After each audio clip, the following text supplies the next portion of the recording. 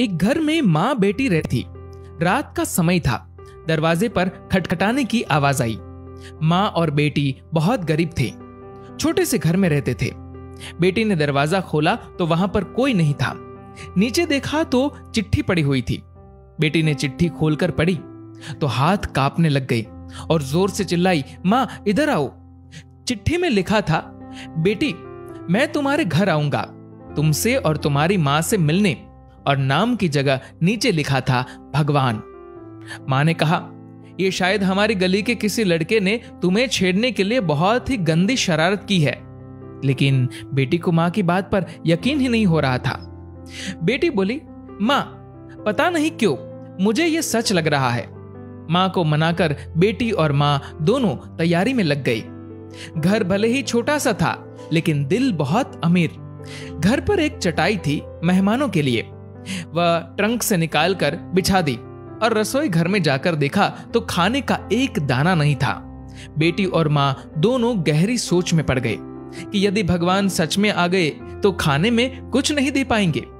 आगे पीछे का कुछ नहीं सोचा। बचत के 300 रुपए बेटी के पास थे। पैसे लेकर वे दोनों छाता और कंबल लेकर किराने की दुकान के लिए निकल पड़े। बारिश होने वाली थी और ठंड भी बहुत ज्यादा थी।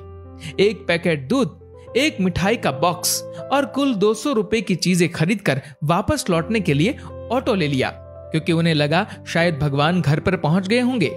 घर से थोड़ी दूर पहुंची तो देखा कि जोर से बारिश शुरू हो गई और सड़क किनारे एक पति पत्नी खड़े थे। ऑटो पास से गुजरा तो लड़के ने देखा उनके हाथ में छोटा बच्चा रो रहा था। स्थिति कुछ ठीक नहीं लग रही थी। ऑटो घर के दरवाजे पर पहुंचा। माँ ऑटो से उतरी ही थी कि बेटी से रहा नहीं गया। बोली, ऑटो वाले भैया जरा ऑटो को उनके पास ले लो। पास जाकर देखा तो बच्चे को तेज बुखार था और उनके पास खाने के लिए कुछ नहीं था। एक तरफ भगवान घर पर आने वाले हैं और दूसरी तरफ ये समस्या। बेटी ने सोचा, भगवान को मना लूंगी, लेकिन यदि इन्हें ऐसे ही हाल में छोड़ दिया गया तो भगवान बिल्कुल भी माफ नहीं करेंगे। बेटी ने जो जो खरीदा था सब उनके हाथ में थमा दिया और तो और बचे हुए 50 रुपए भी दे दिए और बोली, अभी मेरे पास इतने ही हैं, इसलिए रख लीजिए। बारिश हो रही थी तो छाता भी दे दिया और बच्चे को ठंड ना लगे इसलिए कंबल भी दे दिया। वहां से फटाफट घर पहुंची, ये सोचकर कि भगवान आ गए होंगे। लेकिन दरवाजे पर माँ खड़ी थी। बोली, आने में इतनी देर क्यों लगा दी बेटी? और ये देख, एक और चिट्ठी आई है, पता नहीं किसकी है। बेटी ने पढ़ना शुरू किया।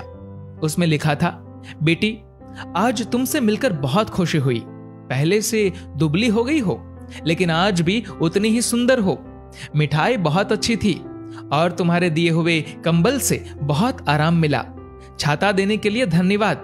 बेटी अगली बार मिलते ही लौटा दूंगा। बेटी के तो होश उड़ गए। निशब्द होकर पीछे मुड़कर सड़क किनारे देखा तो वहां कोई नहीं था। चिट्ठी में आगे लिखा था, इधर उधर मत ढूंढो मुझे, मैं तो कण कण में हूं। जहां पवित्र हो सोच, मैं हर उस मन में हूं। यदि दिखे कोई जरूरतमंद तो मैं उस हर जन में हूं। बेटी जोर से रो पड़ी और मां को सब बताया। दोनों बहुत भावुक हो गए और पूरी रात सो नहीं पाए। दोस्तों, अब आप सभी से एक प्रश्न है, क्या ये बेटी सच में गरीब थी? सोचिए और अपने दिल से इस सवाल का जवाब दीजिएगा, क्योंकि व्यक्ति मरने के बाद अपने साथ पैसे नहीं बल्कि कर्म लेकर जाता है। और जरूरी नहीं कि हर पैसे वाला व्यक्ति अच्छे कर्म लेकर जा रहा हो। इसीलिए कोशिश करें कि पैसों से अमीर हो या गरीब, लेकिन कर्मों से अमीर जरूर बने। दोस्तों, इस कहानी को लेकर आपकी क्या राय है, नीचे कमेंट करके जरूर बताएगा। और अगर आपको ये वीडियो अच्छा लगा हो तो इस वीडियो को लाइक करेगा और शेयर करेगा। और ऐसे ही और भी इंस्पिरेशनल वीडियोस के लिए सब्सक्राइब करें हमारे यूट्यूब चैनल को और फेसबुक पर फॉलो करें हमारे पेज को। धन्यवाद।